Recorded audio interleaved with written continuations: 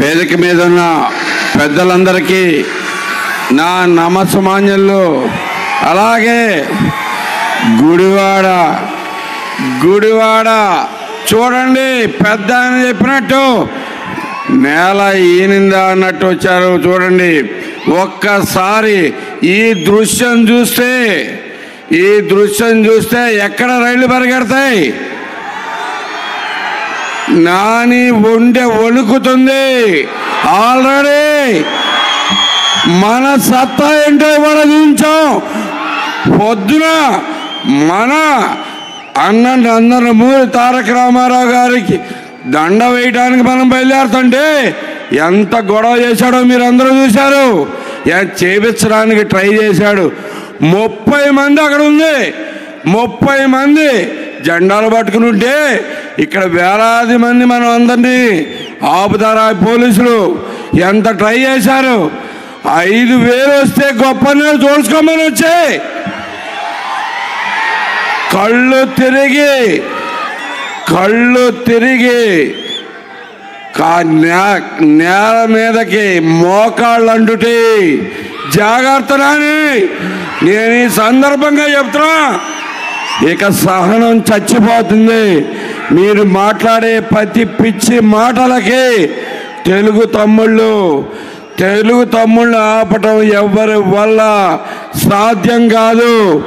ఇది తమ్ముళ్ళు మీరందరూ ఏ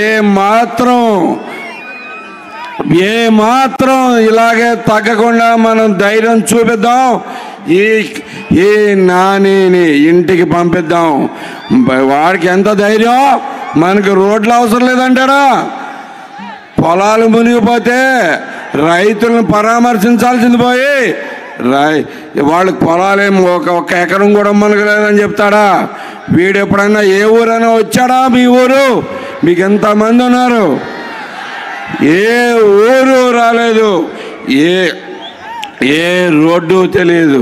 రోడ్లంట ఓన్లీ కార్లు తిరిగే వాళ్ళు మాత్రమే వాడతారంట. ఈడి కొత్త థీరీ చెబుతున్నాడు. ఈడి పిచ్చ థీరీలన్నీ చేసుకొచ్చి ఓకే మన మీద రుద్దుదామని చూస్తున్నాడు. వీళ్ళకి ఏమి ప్రభుత్వం నడపడం చేతగాక చంద్రబాబు గారు 80% టిడ్కో ఇళ్ళు పూర్తి చేసి అక్కడ మన ముందు కనబడతా ఉన్నాయి. 219 ముందే ఆ టిడ్కో ఇళ్ళకి రంగేస్తే అది వైఎస్ఆర్సీపీ అయిపోద్దా? నాని ఇచ్చినట్టు అవుద్దా?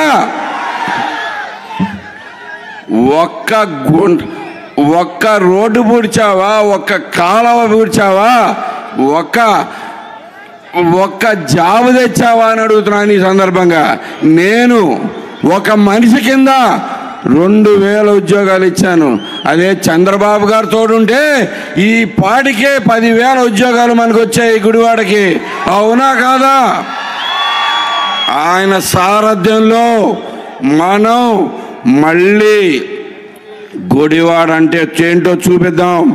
చంద్రబాబు గారి సత్తా మనం పూర్తిగా ఉపయోగించుకుంటే ఎలా ఉంటారు అనడానికి నేనే నిదర్శనం. విజన్ 2020కి పుట్టిన నేనే.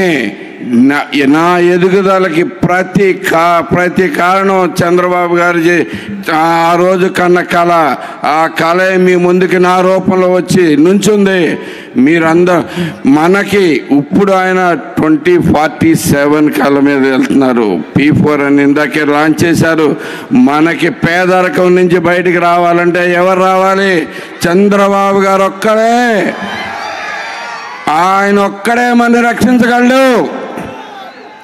ఆయనతోటి మనకి ఇప్పుడు అగ్నికి ఆజ్యం కలిగినట్టుగా మనకి చంద్రబాబు గారికి ఎవరు కలిశారు?